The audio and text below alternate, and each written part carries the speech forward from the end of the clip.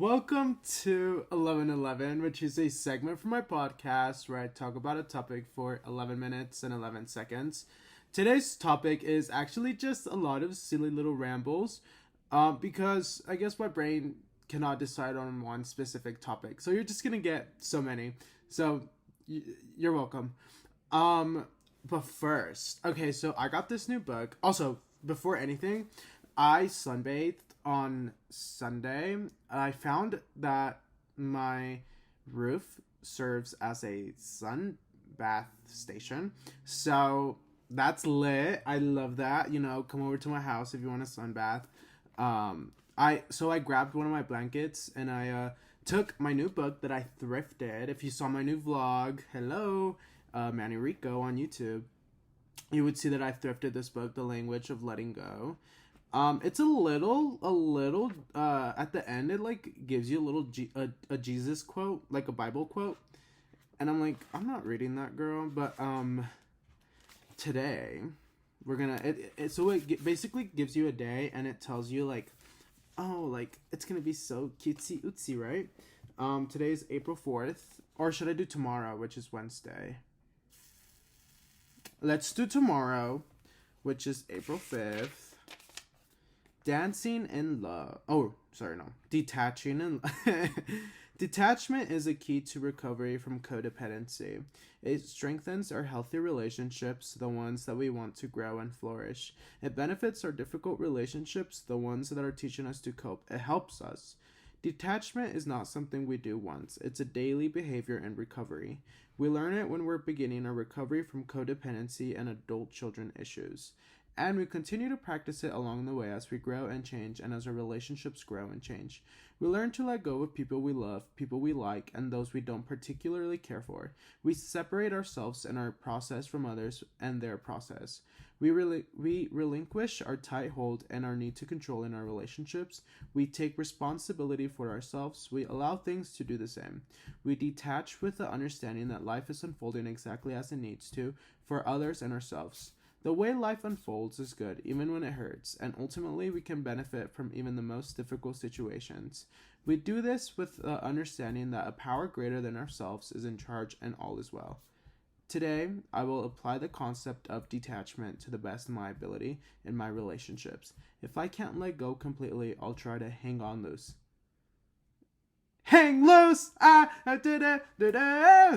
loose! Let loose! Yeah, so, like, I agree. Like, whatever she said. I totally agree.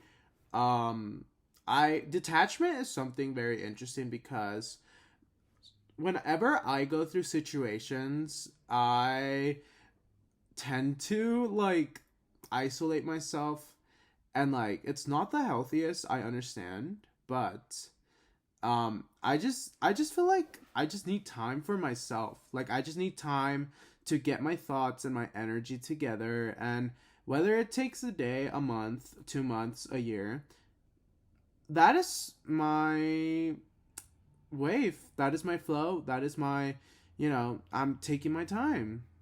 Like, I apologize, but oh, that's my earbud. I apologize, but I'm not rushing my process, and I feel like whenever I rush things, they always end fast, and they always, you know, it doesn't last. And I've realized that I want to have relationships that last, and I want to have, you know, like long-term relationships with friends, platonic, lovers, whatever. And sometimes rushing things, it might it might cause some form of like boredom in a while. Like, I think for me, like, rushing something, a connection, it's not the best. And I like to take things slow, especially if it's like a lover situation.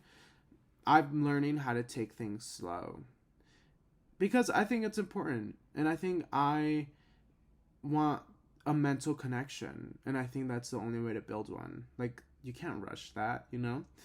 um but something else that's really tight and rad and cool and sick and sexy is we have a full moon. When you're watching this, there's gonna be a full moon tonight, bro, and it's crazy, and it's gonna be so cool. And basically, okay, so I got Audible and I listened to this book where it talks about the moon cycles and the moon phases and how what each one means. And there was the full moon chapter, and she basically talked about how it's a celebration, and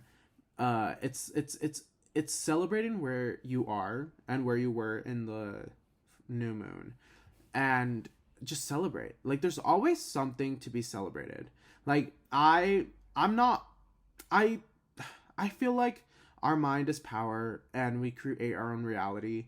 And I feel like being negative is one of the most useless things you can do. And like, constantly like hating on yourself and like constantly like complaining, I'm like, okay, that's a little too much. That's a little too much negativity, bro. Like, there has to be something good, you know?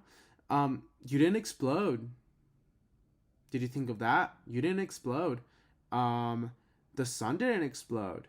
Uh, uh, you're breathing. You have oxygen. You know, there's always something to be happy about, bro.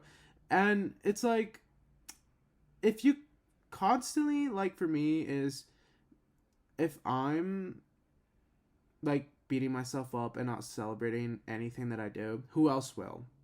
Like, who else is going to celebrate myself other than me, you know? I don't even get birthdays. So I'm like, I have to do this. I have to hype myself up, and I have to get, you know, myself to record and do all these things. And it's me. So I get to control how I talk to myself. And I'm going to talk to myself nicely. And I'm going to say, hey, beautiful, I know you messed up. I know I get it. I know you're going to mess up, and you will mess up. But that's the only way we're going to learn.